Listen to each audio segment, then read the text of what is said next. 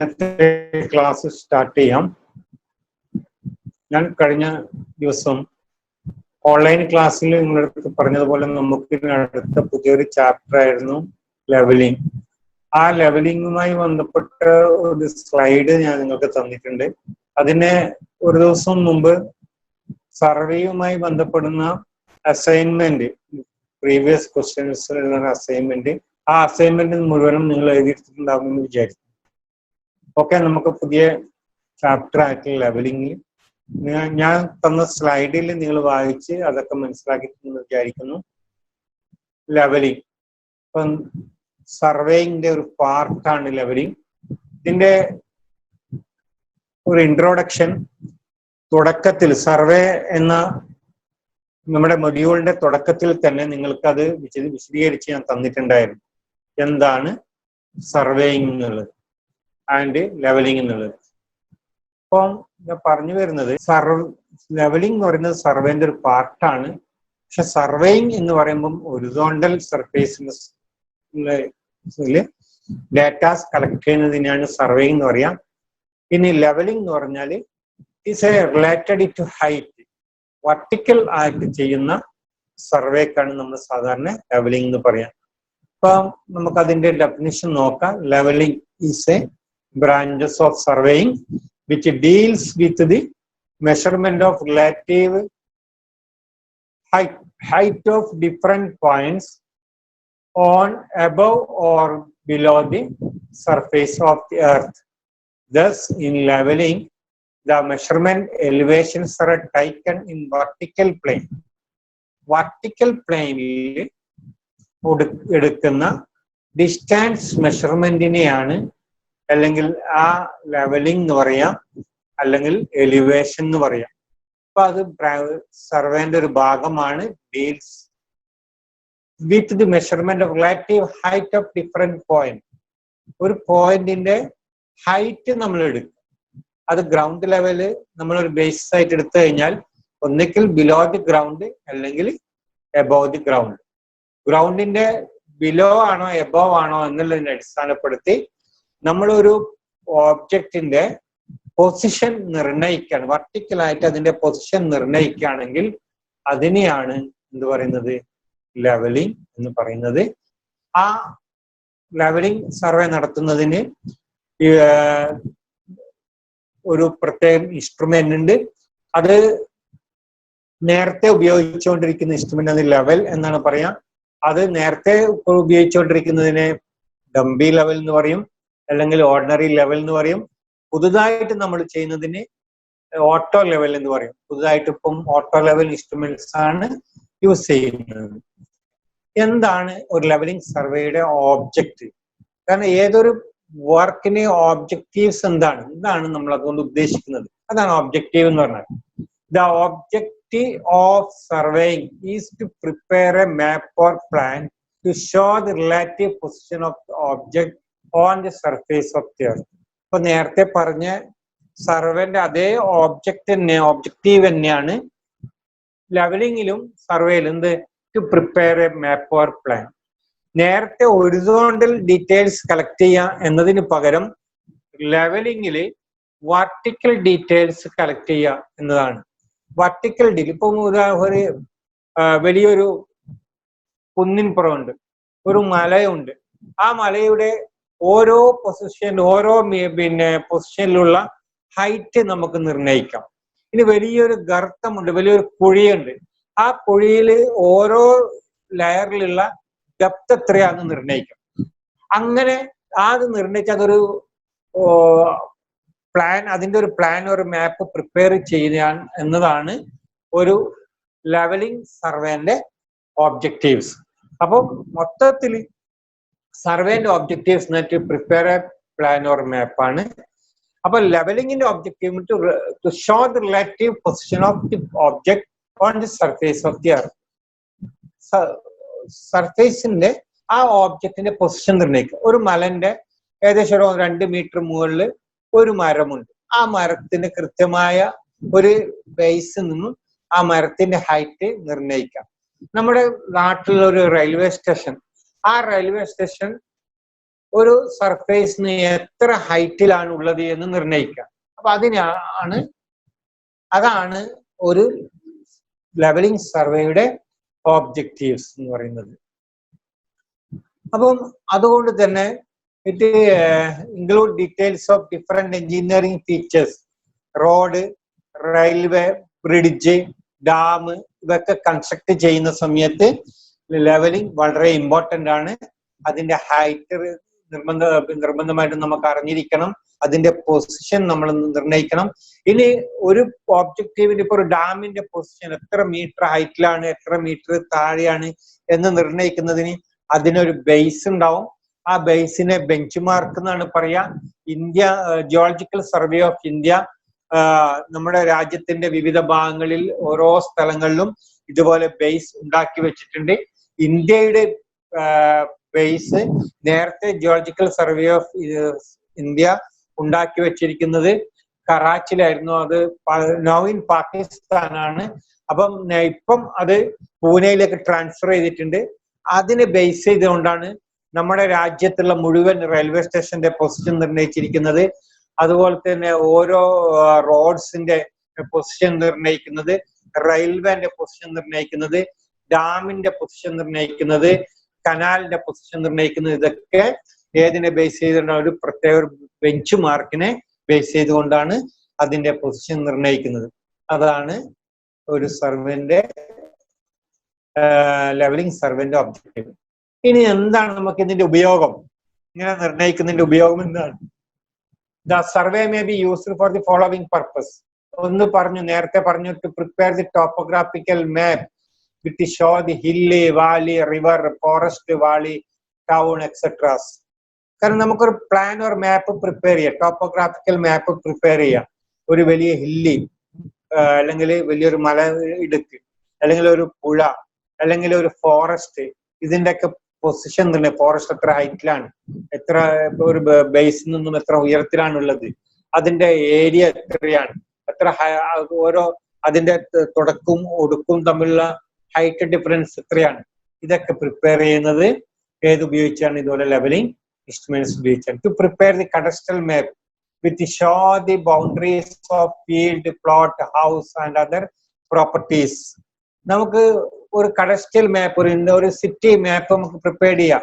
അതിന്റെ ഓരോ റോഡിന്റെയും പൊസിഷൻ നമുക്ക് നിർണ്ണയിക്കാം. അതുപോലെ പ്ലോട്ടിന്റെ ഓരോന്നിന്റെയും പൊസിഷൻ നിർണ്ണയിക്കാം. അപ്പൊ അതിനൊക്കെ നമ്മൾ ഇത് യൂസ് ചെയ്യും.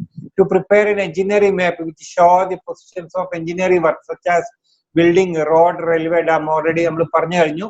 To prepare a contour map to know the topographical area, to find out the best positions of site of road, railway, bridge, reservoir. നമുക്ക് തന്നെ ഒരു അത്ഭുതം ഉണ്ടാവും. നമ്മുടെ വയനാടുകളൊക്കെ പോകുന്ന സമയത്ത് ആ റോഡ് എങ്ങനെയാണ് വെട്ടിത്തെളിയിച്ചത്, എങ്ങനെയാണ് അതിന്റെ ഹൈറ്റ് നമുക്ക് കാണാൻ പറ്റിയെന്നൊക്കെ നമുക്ക് തോന്നും.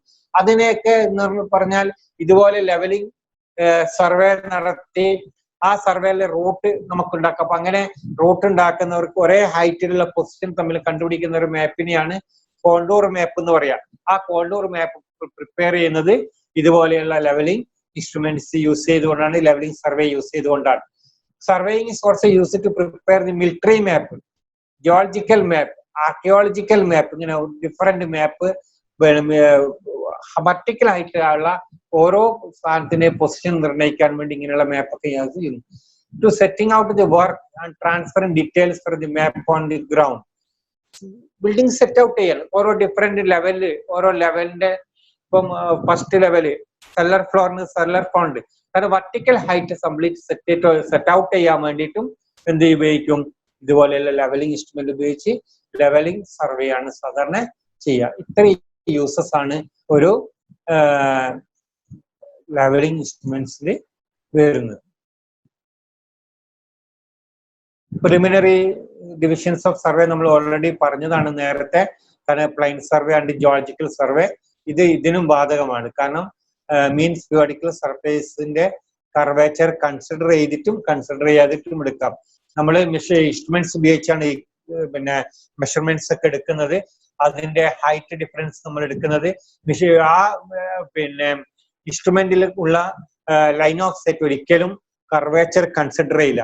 അപ്പൊ കൺസിഡർ ചെയ്തുകൊണ്ട് എടുക്കുകയാണെങ്കിൽ നമ്മൾ അതിൽ ഫോർമുല അഡോപ്റ്റ് ചെയ്യാണ് ചെയ്യുക.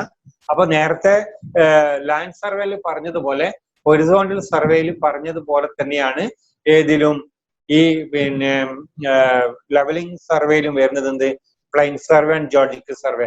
പ്ലെയിൻ സർവേ എന്ന് പറഞ്ഞാൽ കർവേച്ചർ കൺസിഡർ ചെയ്യാതെ എടുക്കുന്നത്, ജിയോളജിക്കൽ സർവേ എന്ന് പറഞ്ഞാൽ കർവേച്ചർ കൺസിഡർ ചെയ്ത് എടുക്കാൻ. അപ്പൊ നമുക്ക് ഇൻസ്ട്രുമെന്റ് ഉപയോഗിച്ച് ഡയറക്റ്റ് ആയിട്ട് ഒരിക്കലും കർവേച്ചർ കൺസിഡർ ചെയ്യാൻ പറ്റില്ല. കാരണം ഭൂമിയുടെ കർവേച്ചർ ഇൻസ്ട്രുമെന്റിന് കൗണ്ട് ചെയ്യാൻ വേണ്ടി കഴിയില്ല.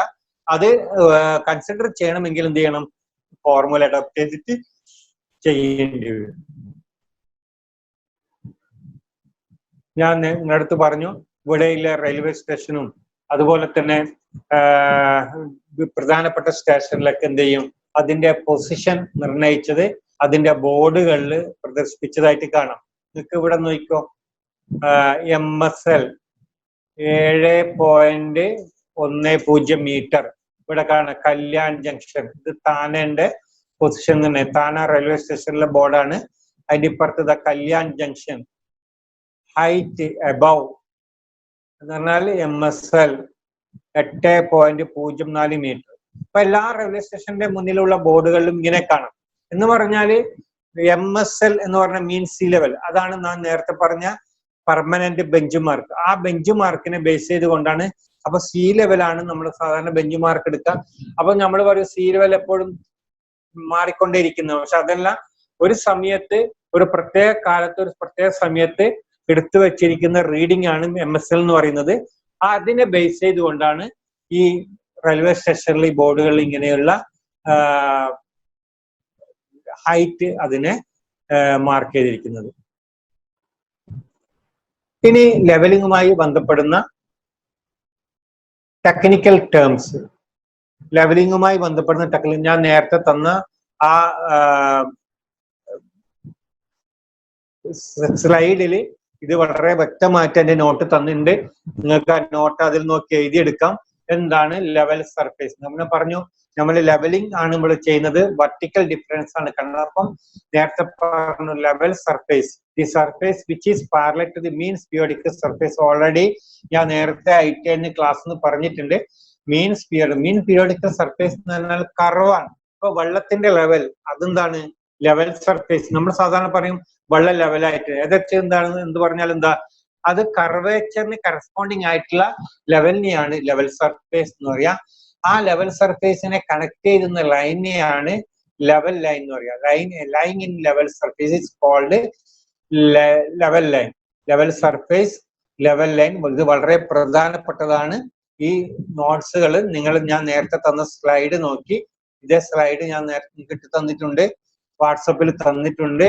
അതിൽ നോക്കി നിങ്ങൾ എഴുതിയെടുക്കുക. ഇതൊക്കെ വളരെ പ്രധാനപ്പെട്ട നോട്ടുകളാണ്. ഇതാണ് മീൻ സീ ലെവൽ എന്ന് പറയുന്നത്. ഒരു പ്രത്യേക കാലത്തെടുക്കുന്ന ഒരു പ്രത്യേക ലെവലിനെയാണ് മീൻ സീ ലെവൽ എന്ന് പറയാ. ആ മീൻ സീ ലെവലിനെ ബേസ് ചെയ്തുകൊണ്ടാണ് ഞാൻ നേരത്തെ പറഞ്ഞ ജിയോളജിക്കൽ സർവേ ഓഫ് ഇന്ത്യയിൽ അന്ന് ബ്രിട്ടീഷ് ഭരണകാലത്ത് എന്ന് പറഞ്ഞാൽ പാകിസ്ഥാനും ബംഗ്ലാദേശും ഇന്ത്യക്ക് ഒന്നിച്ചുള്ള സമയത്ത് ഒരു ലെവൽ എടുത്തിരിക്കുന്നത്. അത് ആ പൊസിഷൻ നിർണയിച്ചിരിക്കുന്നത് കറാച്ചിയിലാണ്. അപ്പൊ അവിടെയാണ് ഇന്ത്യയുടെ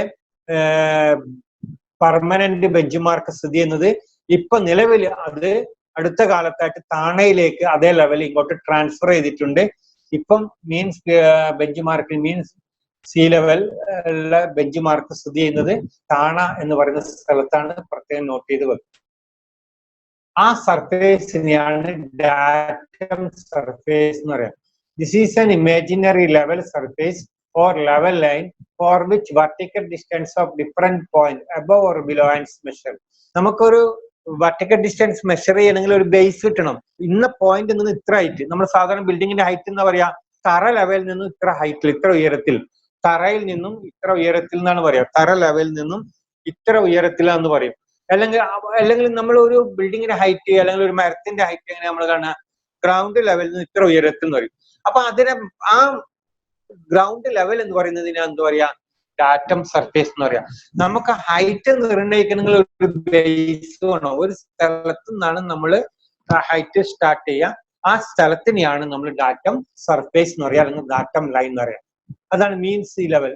MSL is obtained by making the hourly observation of the tide at any place over a period of 19 years.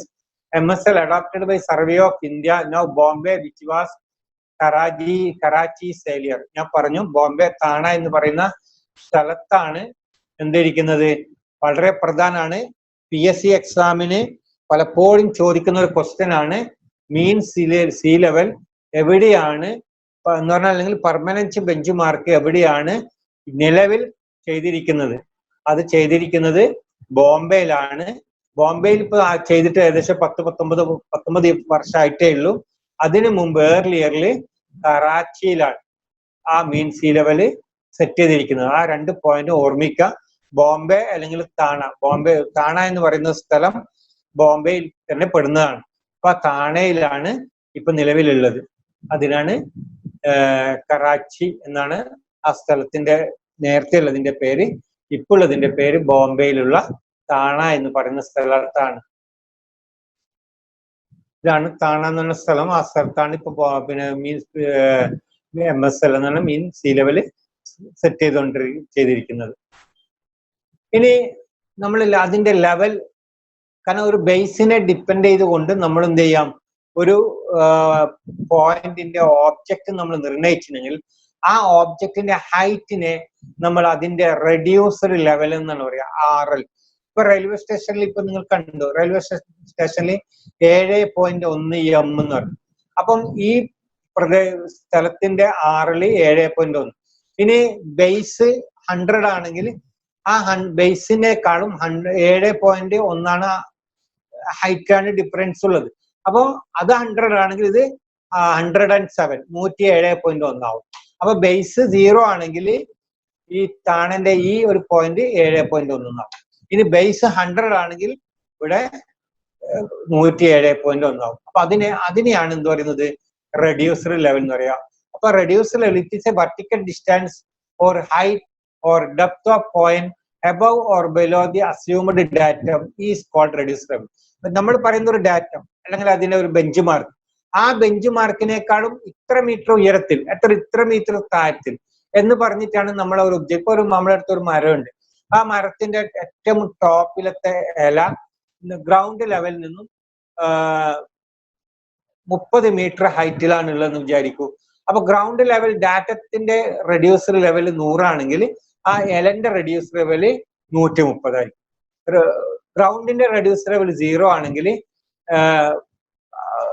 എലന്റെ reducer level 30 ആയിരിക്കും. അങ്ങനെയാണ് ലെവൽ പൊസിഷൻ നിർണ്ണയിക്കുക.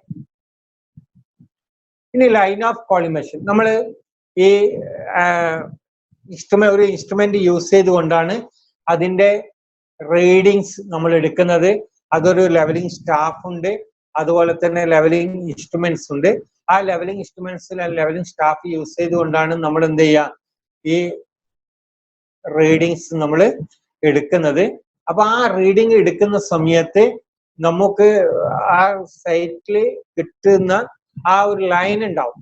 കാരണം ടെലസ്കോപ്പിക്കുള്ളിൽ നോക്കി ആ ടെലസ്കോപ്പിൽ നിന്നും നമ്മൾ സ്റ്റാഫ് റീഡിങ്ങിലേക്ക് നോക്കുമ്പോൾ നമ്മുടെ കൃഷ്ണമണിന്റെ ഒരു കൃഷ്ണമണി സ്റ്റാഫിലേക്ക് പോകുന്ന ഒരു ലൈൻ ഉണ്ടാവും. ആ ലൈനെയാണ് ലൈൻ ഓഫ് കോളിമേഷൻ. അങ്ങനെ ഒരു ലൈൻ ഇല്ല, അതൊരു ഇമാജിനറി ലൈനാണ്. ഇനി എവിടെ ലൈൻ ഒന്നും ചോദിക്കണ്ട, നമ്മൾ ടെലസ്കോപ്പിൽ കൂടി നോക്കി ആ ടെലസ്കോപ്പിൽ കൂടി ഡയറക്റ്റ് നോക്കുമ്പോൾ ആ ടെലസ്കോപ്പിന്റെ അകത്ത് ഒരു ലൈൻ ഉണ്ട്, ഒരു മാർക്കുണ്ട്. ആ മാർക്ക് ആ ഒരു ലെവലിംഗ് സ്റ്റാഫിൽ കൊണ്ടുപോയി ടച്ച് ചെയ്യും. ആ ടച്ച് ചെയ്യുന്ന ആ ലൈനെയാണ് ലൈൻ ഓഫ് കോളിമേഷൻ എന്ന് പറയാം. Line of collimation. ആ ലൈൻ ഓഫ് കോളിമേഷൻ പോകുന്നത് ആ ടെലസ്കോപ്പിന്റെ ആക്സിസ് കൂടിയായിരിക്കും. ഒരു ഇമാജിനറി ലൈന്, അതാണ് ആക്സിസ് എന്ന് പറയുന്നത്. ആ ആക്സിസ് കൂടിയാണ് നമ്മൾ നോക്കുക. നമ്മൾ ബൈനോക്കുലർ നോക്കുന്നു. നമ്മൾ ബൈനോക്കുലർ കണ്ണിന്റെ കൃഷ്ണമണി കൂടി ഇങ്ങനെ നോക്കുന്ന സമയത്ത് കുറെ ദൂരം നമ്മളൊരു ഓബ്ജക്റ്റിനെ കാണുന്നത്. അപ്പൊ നമ്മുടെ കൃഷ്ണമണിയിൽ കൂടി ഒരു ലൈന് അതിലേക്ക് പാസ് ചെയ്യുമ്പോഴാണ് ആ ഒബ്ജക്റ്റിനെ നമ്മൾ കാണുന്നത്. ആ ലൈനെയാണ് ലൈൻ ഓഫ് കോളിമേഷൻ എന്ന് പറയാ. ആ ആക്സിസിനെയാണ് ആക്സിസ് ഓഫ് ടെലസ്കോപ്പ് എന്ന് പറയുന്നത്. പിന്നെ അടുത്തൊരു ടെക്നിക്കൽ ടേം ആണ് ബെഞ്ച് മാർക്ക്. ഞാൻ പറഞ്ഞു നമ്മള് ഒരു നോൺ എലിവേറ്റഡ് പോയിന്റിനെയാണ് ബെഞ്ച് മാർക്ക് എന്ന് പറയാ. ആ 0 ബെഞ്ച് മാർക്കിനാണ് പെർമനന്റ് ബെഞ്ച് മാർക്ക്. അത് കറാച്ചിയിലെ ഇപ്പം നിലവിൽ ബോംബെയിൽ എന്ന് പറയുന്നത്. അപ്പൊ അതിനെ ബേസ് ചെയ്തുകൊണ്ട് നമ്മൾ രാജ്യത്തിന്റെ വിവിധ ഭാഗങ്ങളിൽ, വിവിധ റെയിൽവേ സ്റ്റേഷനുകളിൽ, വിവിധ ഡാമുകളിൽ, വിവിധ പാലങ്ങളിലൊക്കെ ഇതുപോലെ അതിനെ ബേസ് ചെയ്തുകൊണ്ട് നമ്മൾ ബെഞ്ച് മാർക്ക് സെറ്റ് ഔട്ട് ചെയ്തു വെച്ചിട്ടുണ്ട്. ജിയോളജിക്കൽ സർവേ ഓഫ് ഇന്ത്യ ആണ് അത് ചെയ്തു വെച്ചിരിക്കുന്നത്. അതിനെയാണ് നമ്മൾ ബെഞ്ച് മാർക്ക് എന്ന് പറയാ. ഇപ്പൊ ഉദാഹരണത്തിന് നമ്മുടെ നാട്ടിൽ ഒരു പുതിയൊരു പ്രൊജക്ട് വരികയാണെങ്കിൽ തൊട്ടടുത്ത് എവിടെയാണോ ബെഞ്ച് മാർക്ക്, ഇപ്പൊ കണ്ണൂർ റെയിൽവേ സ്റ്റേഷനിൽ ബെഞ്ച് മാർക്ക് ഉണ്ട്, അത് ആ പ്ലാറ്റ്ഫോമിൽ മാർക്ക് ചെയ്തിട്ടുണ്ടാവും. അപ്പൊ ആ പ്ലാറ്റ്ഫോമിൽ നിന്ന് പിന്നെ ലെവലിംഗ് എടുത്ത് ഇപ്പൊ കണ്ണൂർ എയർപോർട്ട് വരുമ്പോൾ എയർപോർട്ടിലേക്ക് നമ്മൾ അതിനെ ലെവലിംഗ് എടുത്ത് പോകും. അപ്പൊ എയർപോർട്ടിൽ എടുത്ത് ഇപ്പൊ മാർക്ക് ചെയ്ത് വെച്ചിട്ടുണ്ടാവും ഒരു ബെഞ്ച് മാർക്ക്.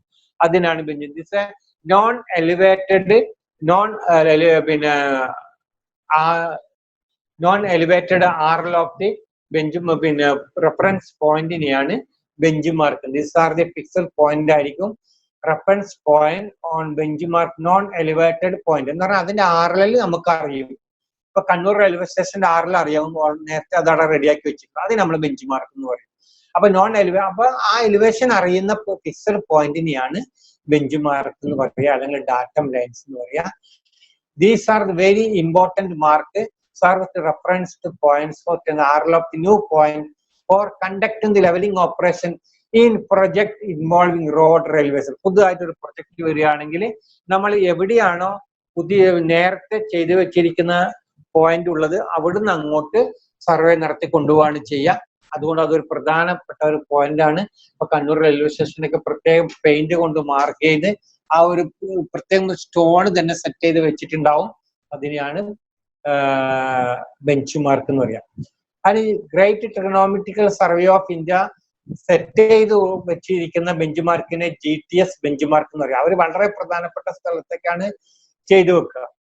വളരെ പ്രധാനപ്പെട്ട സ്ഥലത്തൊക്കെ എന്തായാലും great trigonometrical survey of India എന്ന് പറയുന്ന ഡിപ്പാർട്ട്മെന്റ് ഇന്ത്യയുടെ പല ഭാഗങ്ങളിലും ഏകദേശം 100 കിലോമീറ്റർ ഇന്റർവെല് പല സ്ഥലത്തും ഇതുപോലെ ബെഞ്ച് മാർക്ക് സെറ്റ് ചെയ്ത് വെച്ചിട്ടുണ്ടാവും. ഇപ്പൊ ഉദാഹരണത്തിന് നമ്മളെ കണ്ണൂരിൽ തന്നെ ഞാൻ പറഞ്ഞു, കണ്ണൂർ റെയിൽവേ സ്റ്റേഷനിൽ ഉണ്ടാവും, കണ്ണൂർ എയർപോർട്ടിൽ ഇപ്പൊ പുതുതായിട്ട് വന്നിട്ടുണ്ടാവും. അതുപോലെ തന്നെ പ്രധാനപ്പെട്ട ബ്രിഡ്ജസ് ഇപ്പം ഇവിടെ വളവട്ടൻ ബ്രിഡ്ജിൽ സെറ്റ് ചെയ്ത് വെച്ചിട്ടുണ്ടാവും. അങ്ങനെ പ്രധാനപ്പെട്ട ബ്രിഡ്ജ് നിങ്ങൾ അതുപോലെ പഴശ്ശി ഡാമിൽ സെറ്റ് ഔട്ട് ചെയ്ത്, ഡാം ഒക്കെ വരുമ്പോൾ അവിടെ സെറ്റ് ഔട്ട് ചെയ്യും. അങ്ങനെ പ്രധാനപ്പെട്ട എവിടെ എന്തൊക്കെ സ്ഥലങ്ങളുണ്ടോ അവിടെയൊക്കെ great trigonometrical survey of India bench mark set ഓരോ 100 കിലോമീറ്റർ ഇന്റർവെല്ലും ബെഞ്ച് മാർക്ക് അവര് ചെയ്തു വെക്കും. അപ്പം അങ്ങനെയുള്ള സർവേ ഡിപ്പാർട്ട്മെന്റിനാണ് ഗ്രേറ്റ് ട്രിഗണോമെട്രിക്കൽ നാഷണൽ ഏജൻസിയാണ് ഈ survey department.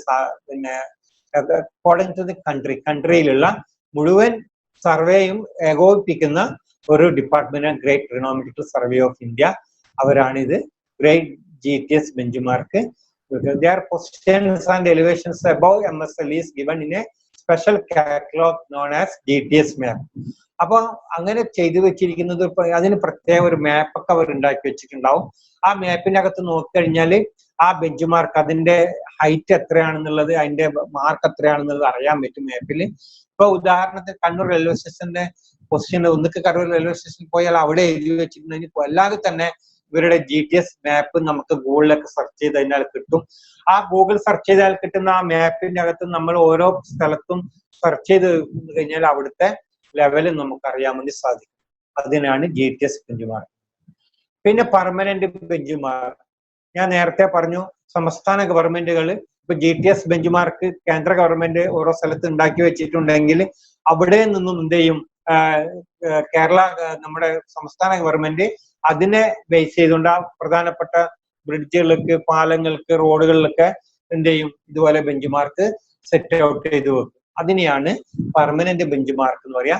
These are fixed point or mark established by the government department, PWD അല്ലെങ്കിൽ റെയിൽവേ ഡിപ്പാർട്ട്മെന്റ് അല്ലെങ്കിൽ റെയിൽവേഷൻ ഡിപ്പാർട്ട്മെന്റ്, അവരൊക്കെ ചെയ്തു വെക്കുന്നതാണ് ഇത് പെർമനന്റ് ബെഞ്ച് മാർക്ക്. അവരുടെ വർക്കിന് വേണ്ടിയാണ് ചെയ്യുക.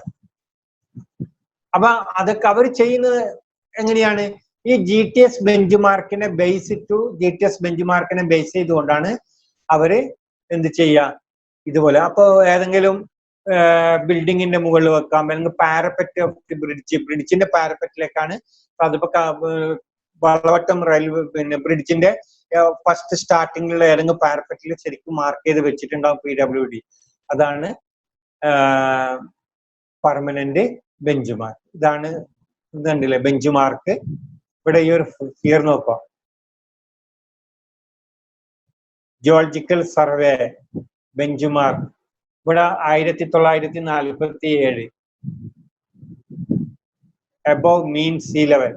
ഇവിടെ above mean sea level ഇവിടെ കൊടുത്തിട്ടുണ്ട്, അതിന്റെ മാർക്ക് കൊടുത്തിട്ടുണ്ട്.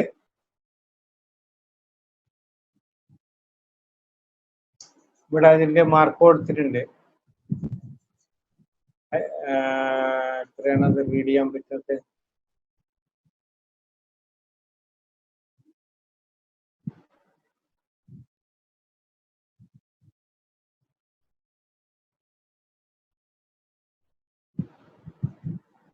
ഞാൻ എല്ലാവർക്കും ഇത് കാണിച്ചു. ഇതാണ്, ഇങ്ങനെയാണ് ബെഞ്ച് മാർക്ക് ചെയ്തിട്ടുണ്ടാവുക. ഇത് 54 ആണ് അവിടെ വന്നിരിക്കുന്നത്. ഈവൻ 54 1947 54 അല്ലെങ്കിൽ 1.54 അങ്ങനെ എന്തോ ആണ്. അത് ശരിക്കും റീഡ് ചെയ്യാൻ പറ്റുന്നില്ല.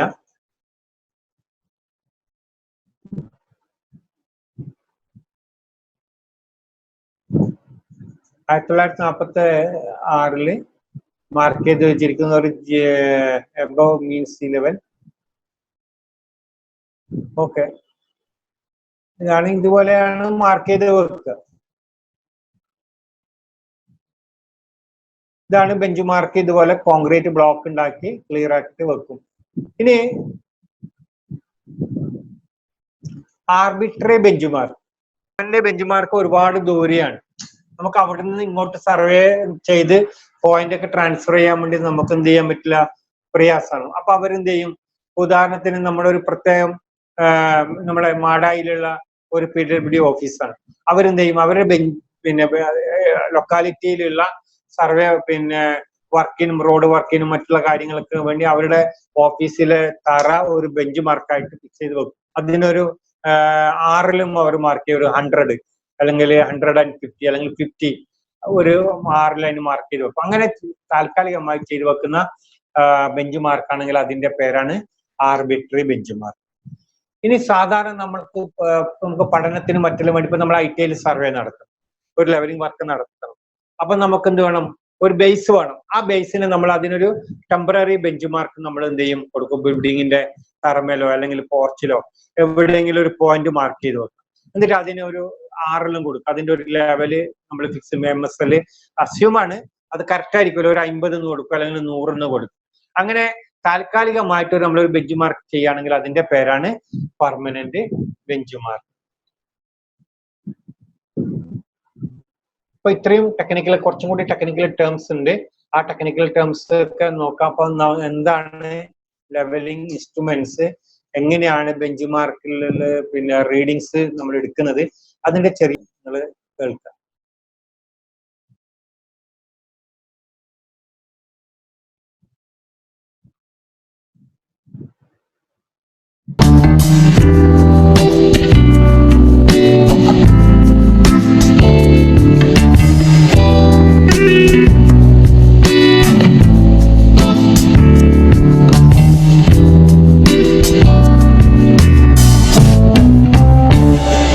ഇതാണ് ലെവലിംഗ് ഇൻസ്ട്രുമെന്റ്, അതിന്റെ ലെവൽ എന്നാണ് പറയുന്നത്.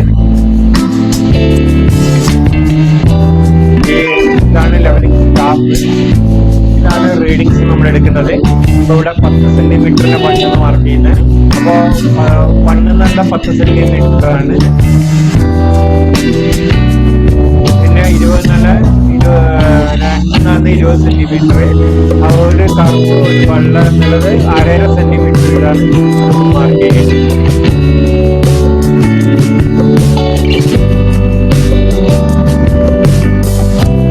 ടോട്ടൽ 4 മീറ്റർ ഹൈറ്റ് വരെ ലെവലിംഗ് സ്റ്റാഫ് ഉണ്ടാകും. 4 മീറ്റർ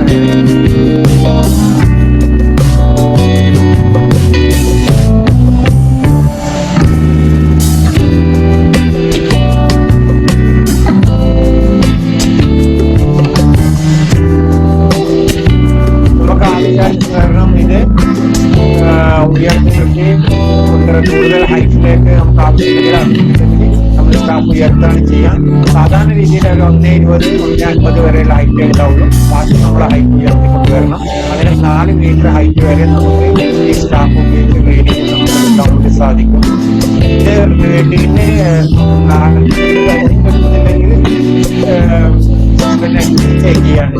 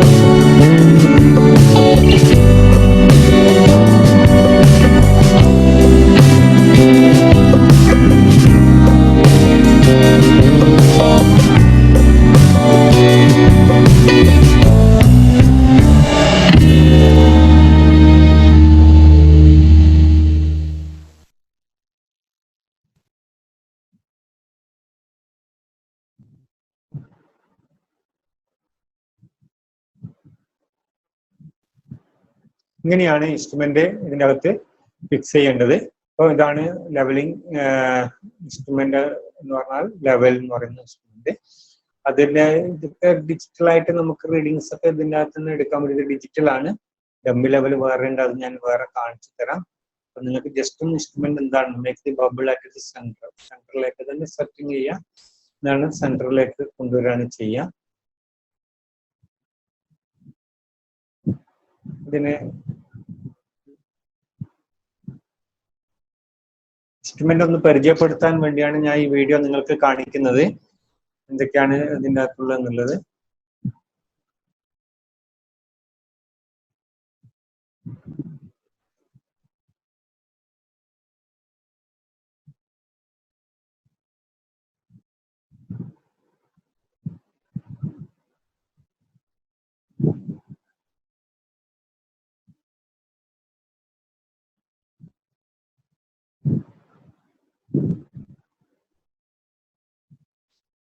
ഓക്കെ, അപ്പം ഇപ്പൊ ഞാൻ നിങ്ങൾക്ക് കാണിച്ചു തന്നത് എന്താണ് ലെവലിംഗ് ഇൻസ്ട്രുമെന്റ്സ് എന്താണെന്നും ലെവലിംഗ് സ്റ്റാഫ് എന്താണെന്നും ട്രിപ്പോഡ് എന്താണെന്നാണ്. അപ്പൊ 3 കാര്യങ്ങളാണ് നിങ്ങൾ കാണിച്ചു തന്നത്. അപ്പൊ നമുക്ക് ഉള്ളത് എന്താണ്? 3 എക്യുപ്മെന്റ്. ഒന്ന് എക്യുപ്മെന്റ് ഫോർ ലെവലിംഗ് വർക്ക്, ഒന്ന് സ്റ്റാഫ്, ട്രിപ്പോഡ്, ലെവൽ എക്യുപ്മെന്റ്. ഇത്രയും കാര്യങ്ങളാണ് ഉള്ളത്. അത് നിങ്ങൾ ഒന്ന് മനസ്സിലാക്കുക.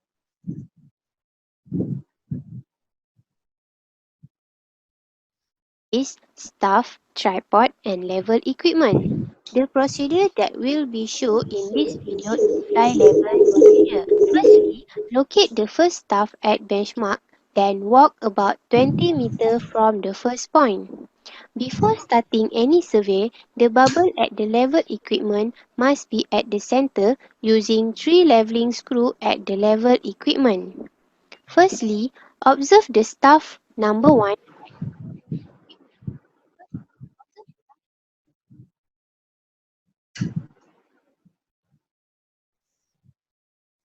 ഇപ്പം ഇതൊരു 3D ആനിമേഷൻ ആണ് ലെവലിംഗിന്റെ. ഇത് ലെവലിംഗ് ഇൻസ്ട്രുമെന്റ്, ഇത് ലെവലിംഗ് സ്റ്റാഫ്. ലെവലിംഗ് സ്റ്റാഫ് രണ്ടൊക്കെ ഉണ്ടെങ്കിൽ നമുക്ക് വർക്ക് വളരെ സ്പീഡായിട്ട് നമ്മൾക്ക് ചെയ്യാം. And walk about 20 meters from the first point. അപ്പോൾ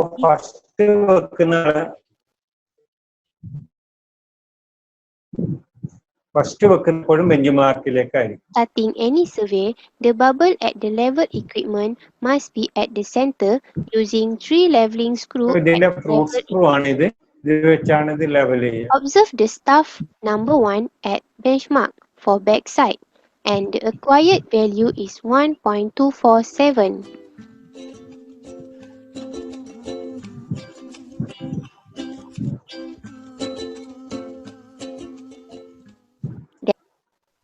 ഇതാണ് ഞാൻ നേരത്തെ പറഞ്ഞ ഇവിടെ ടെലസ്കോപ്പ് ഉണ്ടാവും. ടെലസ്കോപ്പിൽ കൂടിയാണ് റീഡിംഗ് നമ്മൾ എടുക്കേണ്ടത്. Observe the staff അപ്പൊ ഫസ്റ്റ് number എടുക്കുന്ന റീഡിങ്ങിനെ നമ്മൾ എപ്പോഴും എന്താ പറയാ and the acquired back site എന്നാണ് പറയാ. ഇതാ സ്ക്രീനിൽ കാണുന്നതാണ് ഈ റൗണ്ടില്. ആ 0.753.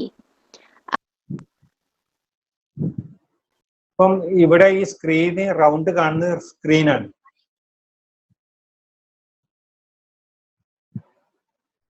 ഇപ്പൊ ഈ റൗണ്ടിൽ കാണുന്ന ഇതില് ഒരു ക്രോസ് കാണാം. ആ ക്രോസ് എവിടെയാണോ ഈ ലെവലിംഗ് സ്റ്റാഫിൽ ടച്ച് ചെയ്യുന്നത്, ആ ടച്ച് ചെയ്യുന്ന പോയിന്റ് ആണ് നമ്മൾ റീഡിംഗ് ആയിട്ട് മെഷർ ചെയ്യാം.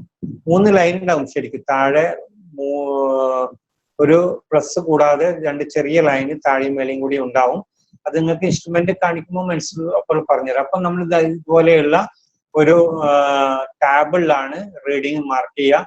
Back sight, intermediate sight, fore sight. ഇനി ഇപ്പൊ അടുത്ത ടെക്നിക്കൽ ടേം പറയാൻ അതാ ഉള്ളത്. ബാക്ക് സൈറ്റ് എന്ന് പറയുമ്പോൾ ഫസ്റ്റ് എടുക്കുന്ന റീഡിംഗ്. ആ ഫസ്റ്റ് എടുക്കുന്ന റീഡിംഗ് എപ്പോഴും നമുക്ക് ആ ഹൈറ്റ് അറിയുന്ന പോയിന്റിലേക്കാണ് എടുക്കുക. ഹൈറ്റ് നോൺ എലിവേറ്റഡ് പോയിന്റ് ആണ് ഫസ്റ്റ് എടുക്കുക. അതിനാണ് ബാക്ക് സൈറ്റ് എന്ന് പറയുക. പിന്നെ എടുക്കുന്ന പോയിന്റ്സിനൊക്കെ ഇന്റർമീഡിയറ്റ് സൈറ്റ് എടുക്കും. ലാസ്റ്റ് എടുക്കുന്ന പോയിന്റിനാണ് ഫോർത്ത് സൈറ്റ് എന്ന് എടുക്കുക.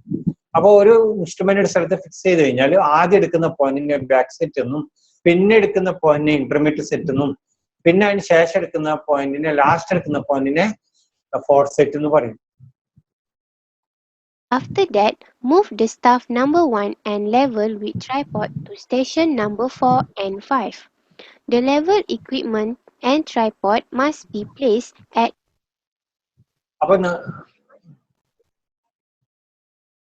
ഇൻസ്ട്രുമെന്റ് നമ്മൾ ഒരു സ്ഥലത്ത് ഫിക്സ് ചെയ്ത് കഴിഞ്ഞ് പിന്നെ ബാക്ക് സൈറ്റ് എടുത്ത് തൊട്ടടുത്ത് എടുത്തു കഴിഞ്ഞാൽ പിന്നെ ഇൻസ്ട്രുമെന്റ് അടുത്തതിലേക്ക് പിന്നെ ഷിഫ്റ്റ് ചെയ്യണം. അടുത്ത പോയിന്റിലേക്ക് ഷിഫ്റ്റ് ചെയ്യുന്ന സമയത്ത് എന്ത് ചെയ്യണം? വീണ്ടും നമ്മൾ നേരത്തെ എടുത്ത പോയിന്റിലേക്കാണ് റീഡിംഗ് എടുക്കുക. ബാക്ക് സൈറ്റ് വീണ്ടും എടുക്കണം. between 2 staff and need to set up properly. Then observe the staff at station 3 for backside and observe the staff at station 5 for foresight. After that, continue the same step to the next station and repeat the procedure back to the benchmark.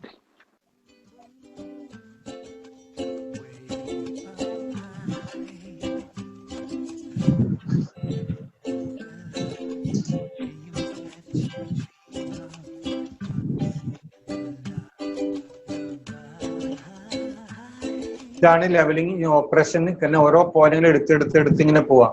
നമുക്ക് ഒരു point വേറെ സ്ഥലത്തേക്ക് പിന്നെ point transfer ചെയ്യുകയാണെങ്കിൽ ഒരു back സൈറ്റും ഒരു intermediate സൈറ്റും മാത്രമേ ഉണ്ടാവുള്ളൂ. ഇടയിൽ വേറെ പോയിന്റ്സ് ഒന്നും ഉണ്ടാവില്ല. കാരണം എന്ന് പറഞ്ഞാൽ നമുക്ക് ഇങ്ങനെ കുറെ പോയിന്റ്സിന്റെ ഡിഫറൻസ് നമുക്ക് കണ്ടതില്ല. നമ്മളെ പോയിന്റ് ഇപ്പം കണ്ണൂരിലുള്ള ഒരു പോയിന്റിനെ നമുക്ക് പഴയങ്ങാടിയിൽ നമ്മൾ മാടായിലേക്ക് ട്രാൻസ്ഫർ ചെയ്യുന്നെങ്കിൽ 2 പോയിന്റ്സ് വെച്ചാണ് നമ്മൾ എടുത്തെടുത്ത് വരിക. ഇതാണ് ഇപ്പൊ ഇവിടെ കാണിക്കുന്നത്. അപ്പൊ റീഡിംഗ് എടുക്കുന്നത് എങ്ങനെയെന്നാണ് ഞാനിപ്പം ഈ ഒരു വീഡിയോയിലൂടെ നിങ്ങൾക്ക് പരിചയപ്പെടുന്നത്. അതുപോലെ റീഡിങ്സ് നമ്മൾ ഇതുപോലെയുള്ള ഒരു ടാബുലർ ഫോമിൽ ഫിക്സ് ചെയ്ത് കാണിക്കണം. പിന്നെ മാത്രമല്ല ഇൻസ്ട്രുമെന്റ് വെക്കുന്നതും അതുപോലെ തന്നെ ഇൻസ്ട്രുമെന്റ് പിന്നെ സെറ്റ് ചെയ്യാന്നല്ലാതെ വെറുതെ തൊട്ടോണ്ടിരിക്കാൻ പാടില്ല. അതുപോലെ തന്നെ എങ്ങനെയാണ് സ്റ്റാഫ് പിടിക്കേണ്ടത് എന്നുള്ളതും വളരെ കൃത്യമായി കാണിക്കും. For each station. The calculation start by subtracting the value of അതിന്റെ കാൽക്കുലേഷൻ ആണ് ഈ കാണിക്കുന്നത്. എങ്ങനെയാണ് ഇത് കാൽക്കുലേഷൻ ചെയ്യുന്നത് അത് വേറെ തന്നെ ഞാൻ വീഡിയോയിൽ നിങ്ങൾക്ക് വേറെ കാണിച്ചു തരാം. ജസ്റ്റ് ഒന്ന് നോക്കാം. Value differences. The total value of backside and foresight must be same with the total value of rise and fall.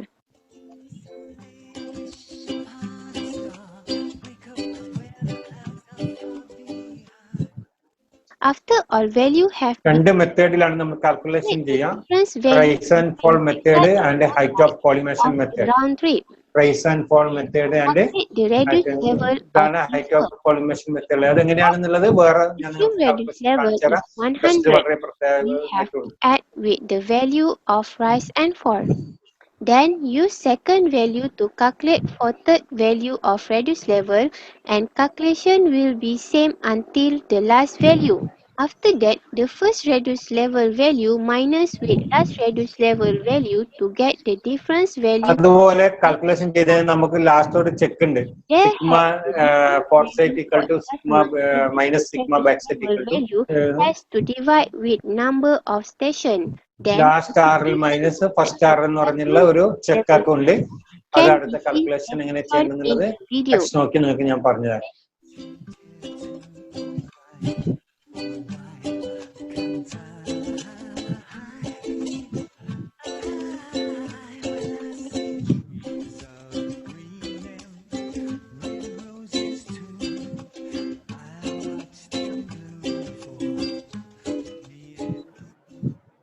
Lastly, the difference between reduced level value must be 0 to imply that leveling work has been done correctly. That's all. Thank